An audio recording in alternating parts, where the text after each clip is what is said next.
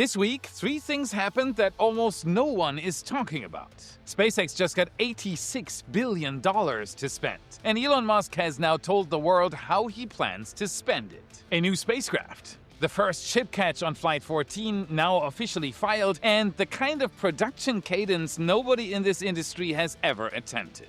Meanwhile, a 21-year-old NASA telescope is falling out of orbit, and a startup is about to send a robot to catch it.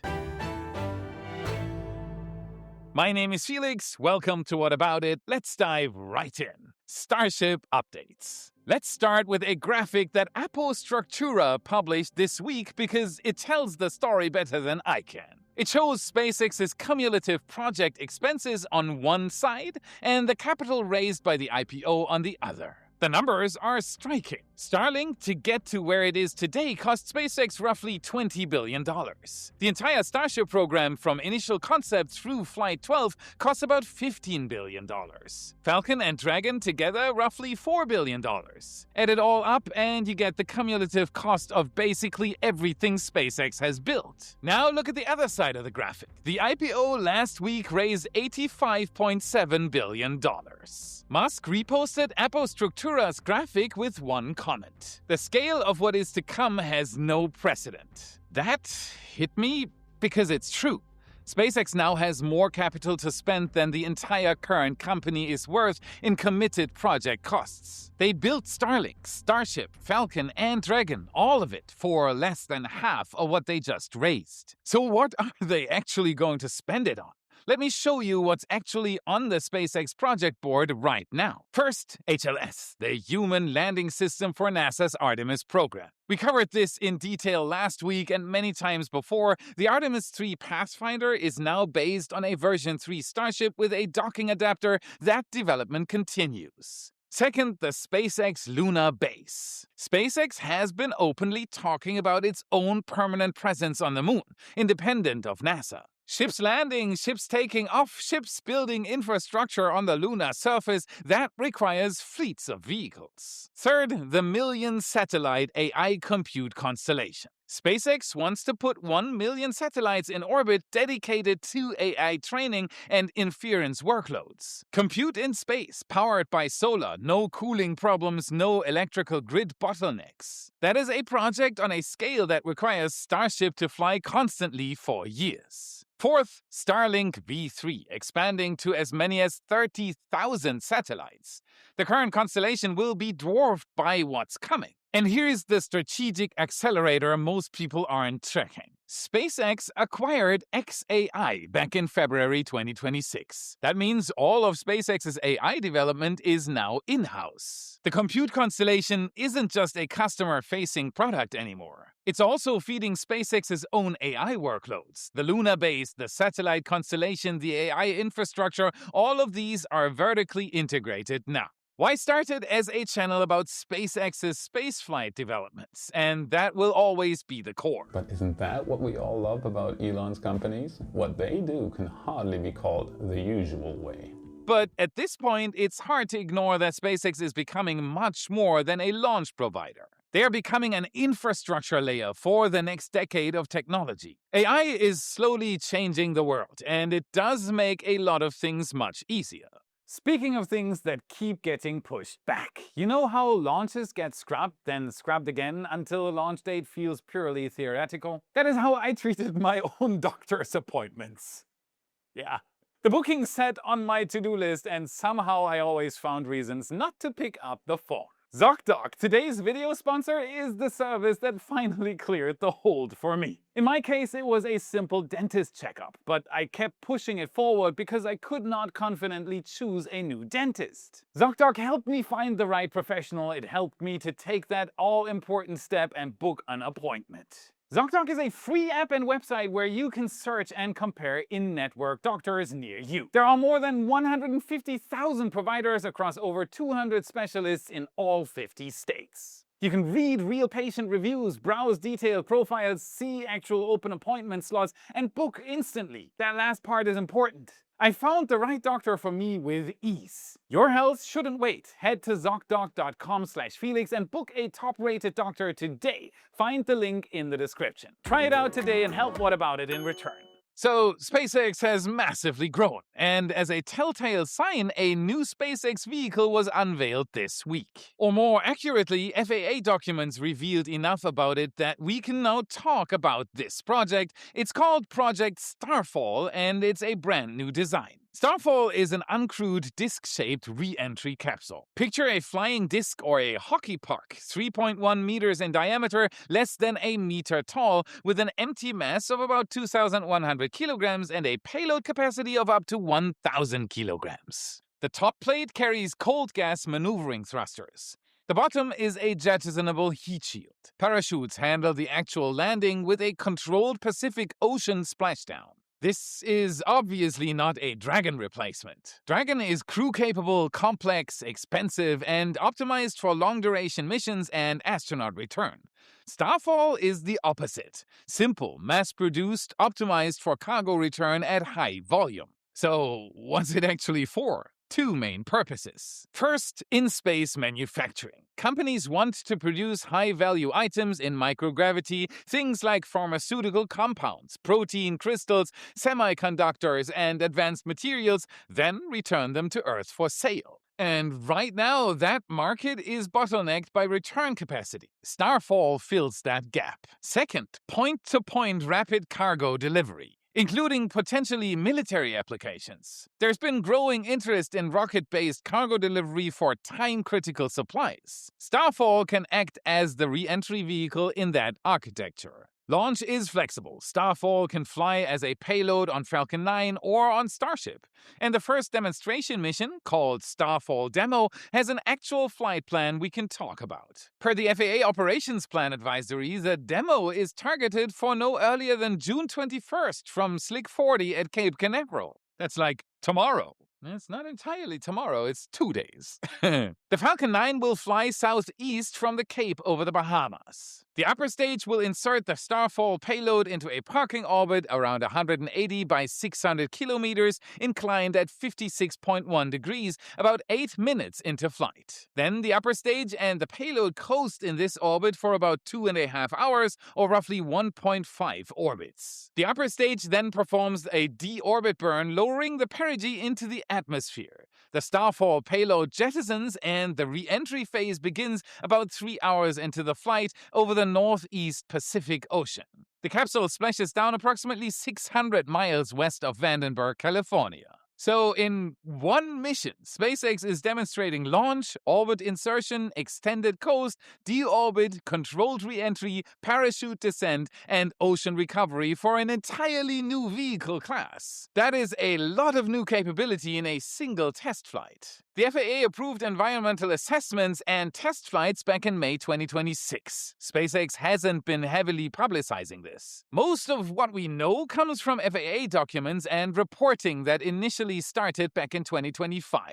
But this is real, it is coming, and it adds another active vehicle to the SpaceX fleet. Who would have thought a new vehicle? How about the other milestones? Back to Starbase. Pad 2 has not been quiet. On Monday, June 15th, SpaceX activated the trench deluge system at Pad 2. Full duration. Everything appears to have gone well. And here's the detail worth noting. This was the first time the deluge system had been tested since the launch of Flight 12. So this is not just a routine check, this is SpaceX validating that the pad infrastructure that survived Flight 12 is still in good working order for Flight 13. The pad is being constantly exercised with the deluge system, the SQD arm, the BQDs, the hold-down clamps, all of it being put through its paces ahead of Flight 13. Pad 2 is essentially in flight readiness mode. The boxes get checked one by one, and that is not going to change for the rest of the year if it goes after SpaceX. These aerial images are essential for my reporting. If you're down at Starbase, make sure to pay our official partner,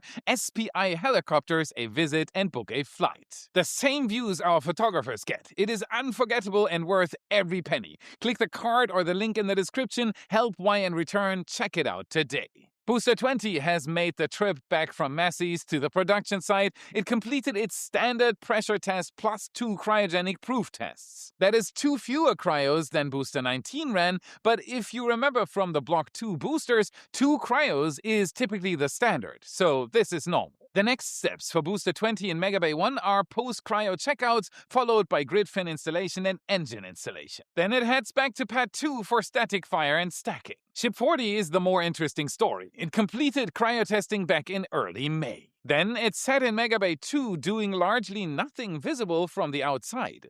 My read is that SpaceX was deliberately waiting for Flight 12 data before committing to any final changes on Ship 40. Once the Flight 12 results came in, they made their calls, and now Ship 40 has its 3 sea-level Raptor 3 engines and 3 vacuum Raptor 3 engines installed. While Ship 40 and Booster 20 are preparing to fly, the production line behind them is moving forward at full speed.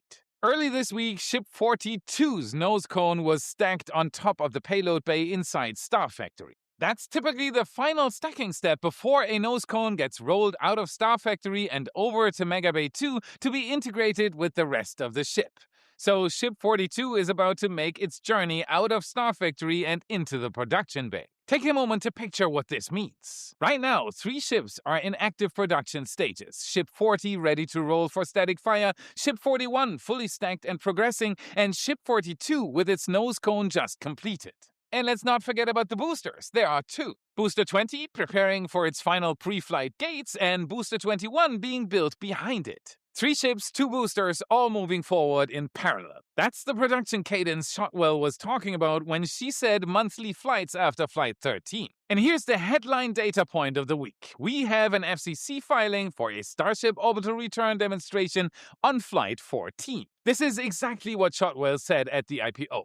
Flight 13 is another suborbital test. Flight 14 is the orbital injection mission and includes the first ship catch attempt. The FCC filing confirms it operationally. SpaceX is filing communications authorizations for a ship returning to Starbase. This is where Ship 41 will shine. Ship 41 has already received both aft flaps and is getting ready for its own cryo testing at Massey's. The vehicle that's going to become the first Starship ever caught at the tower is right there.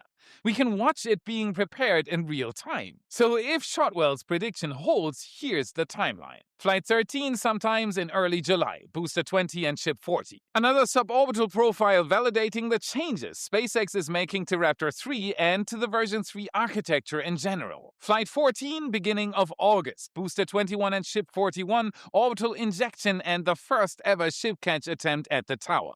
This is the flight that proves Starship can come home. Flight 15 beginning of September, likely Ship 42 with whatever booster is ready by then. Another full mission profile with the program now genuinely operational. This is what running a launch program at scale looks like. Not just hardware moving through bays, but a complete operational tempo where the production line, the test campaign, the pad, and the mission planning are all running in lockstep. We came back from a 221-day gap between flights 11 and 12. The next gaps are likely to be measured in weeks, not in months. Starbase is speeding up again, let's go. 2 questions. First, does Ship 41 actually land cleanly on the chopsticks on its first catch attempt? Or do we see an almost but not quite first time and a cleaner result on Flight 15? And second, what do you make of Project Starfall? Useful new capability or a project nobody asked for? Drop both answers below, I'll be reading every single one. Yeah! Yes, you've reached the middle of the video, you made it. Thank you from the bottom of my heart for watching and liking the video. If you're among the 40% who haven't subscribed yet, and there was at least one video you learned something new from, it would mean the world to me if you did. It is free and it genuinely helps more people find my channel. Want to make my world even easier? There is only one place you'd rather be. The Y Members Club on Patreon and right here on YouTube. Click the card or the join button right here under the video. You are the reason we keep doing this. Thank you so much. You rock. NASA is about to attempt a very special rescue mission. Picture a 21-year-old telescope slowly falling out of the sky. The telescope is the Swift Observatory. It launched all the way back in 2004, and it has a fascinating job description. Be the 9/11 dispatcher for gamma-ray bursts. These are the most violent explosions in the cosmos, and they could actually be dangerous for Earth as well. Whenever Swift catches one going off, it sounds the alarm. In response, a wide array of telescopes all over the world swing toward the right patch of sky to investigate. It has been doing this job for 2 decades, but now it is in trouble. The situation is like this. Swift sits in low Earth orbit. While this is already officially in space, such an orbit isn't truly empty. There is still a faint amount of atmosphere up there. And even though it is very thin, it still creates drag. Under normal circumstances, this is a very slow process. But when the sun's having periods of heightened solar activity, the drag is increasing. This is what happened to Swift. It has started sinking faster than anyone expected or planned for. The sinking is now serious enough that if Swift was left alone, it would re-enter and burn up later this year. NASA had a tough choice to make. One was to accept the fact and let it go. After all, that is the way most missions come to an end. But there was a second option. Try something new. Something nobody's actually pulled off before. NASA chose that second option. So the assignment is genuinely wild. Build a custom robot, fly it up into orbit and have it rendezvous with Swift. Once there, grab a satellite that was never designed to be grabbed. It has no handles, no docking port, nothing. But the mission requires it to be secured and then hauled back into a higher orbit, all without damaging the telescope. Not that long ago, last September, NASA handed a contract to a startup from Flagstaff, Arizona, Catalyst Space Technologies. The company designed a robot called Link, all while being under enormous timeline pressure. The mission called for a ridiculously fast development, from contract to launch in about 8 months. This timeline, 8 months, is the part that made many eyes in the space industry go wild. But NASA and Catalyst had no choice. This clock is set by Swift's descent, not by anybody's comfort level. Let's have a look at how they pulled it off. Catalyst ran Link through vibration and thermal testing at NASA Goddard this spring. After these tests, it was shipped to Wallops to meet its launch vehicle for integration. In this day and age, the launch vehicle question would have had a good chance to be answered by Falcon, either 9 or Heavy. But in this case, NASA and Catalyst chose a rocket that is easy to have missed. An exotic, almost forgotten concept. So what exactly are they strapping this satellite rescue robot to? The Pegasus XL. And it's one of the strangest, coolest rides in the whole launch business. Because it doesn't take a pad, it takes off from a plane. Pegasus is not a new idea. It first flew all the way back in 1990. It was designed by Orbital Sciences, which is now a part of Northrop Grumman. There is one accomplishment that can never be taken away from it. It was the first air-launched rocket to successfully reach orbit. The first to prove that giving a rocket a head start by launching it from an airplane works. Behind this concept is the idea that by launching horizontally from an airplane at altitude, you could save on a lot of propellant. During a regular ground-to-orbit rocket launch, the vehicle has to go from a vertical standstill to a circular orbit. This is a lot closer to horizontal than vertical orientation. Also, the air is the thickest at ground level, causing the biggest air resistance or drag. The early moments of a launch are when the rocket has to work hardest and, in the process, requires an incredible amount of thrust to even get off the ground. This thrust obviously has to come from its engines burning through massive amounts of propellant. An airplane has a completely different design philosophy. It benefits from its large wings, which provide lift. In its natural habitat, an airplane can operate much more efficiently than a rocket, but this area of operation is restricted by the atmospheric density. Once the air gets too thin for the wings to provide enough lift, the airplane cannot climb any further. This leads to the idea of taking the best of both worlds and combining them into an air-launched rocket system. An airplane carries the rocket to around 12 kilometers, or, since it is an airplane, 40,000 feet. That plane's got a name that will put a smile on Star Trek fans. Stargazer, the first ship Jean-Luc Picard commanded. This Stargazer is a modified Lockheed TriStar. It hauls the rocket up tucked under its belly.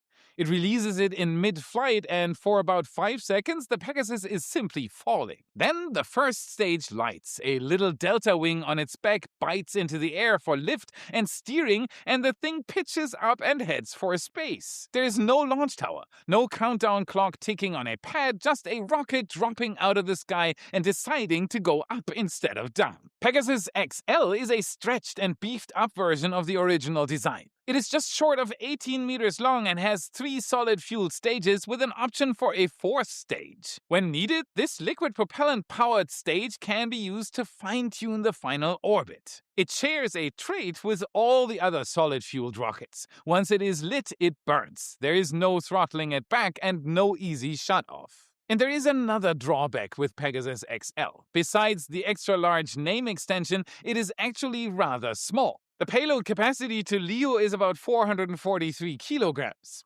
By modern standards, this is tiny. Still, it can be ideal for delivering a single mid-sized satellite. There is a catch with Pegasus on top of the smallish capacity. Unfortunately, a big one. This rocket is expensive. NASA's Icon mission used Pegasus in 2019. It came in at $56 million for a single flight of a rocket that lifts under half a ton. Yikes! This comes down to a brutal price tag per kilogram, $126,411. Yeah.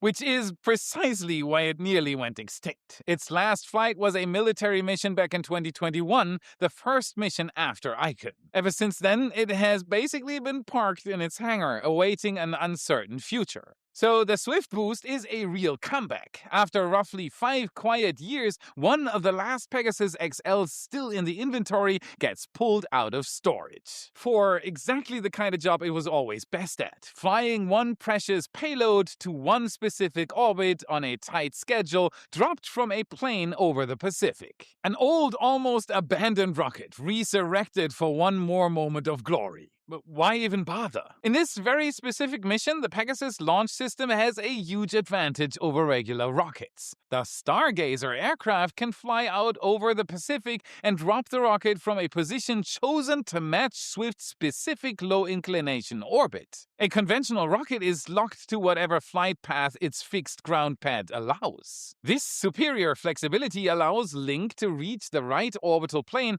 much more efficiently, saving propellant otherwise wasted in maneuvers needed to catch up with Swift. The remaining Pegasus inventory was already in an advanced state of integration, which fits a mission where the clock, not cost, is calling the shots. NASA's own framing was simply that Catalyst picked it based on the mission's orbital and programmatic needs as the best way to reach Swift in time for the boost. The whole campaign is staged out of Kwajalein Atoll out in the Marshall Islands. It's set to launch later this month. Here's the sequence. After the Pegasus XL drops it into an orbit close to Swift's, Link separates and uses its own propulsion system to make its way to Swift. This process takes about a month. During this cruise, it runs on xenon ion thrusters. The same xenon ion thrusters Link will use for the critical moments of the mission. The spacecraft approaches Swift until LiDAR-guided robotic grippers can do their job.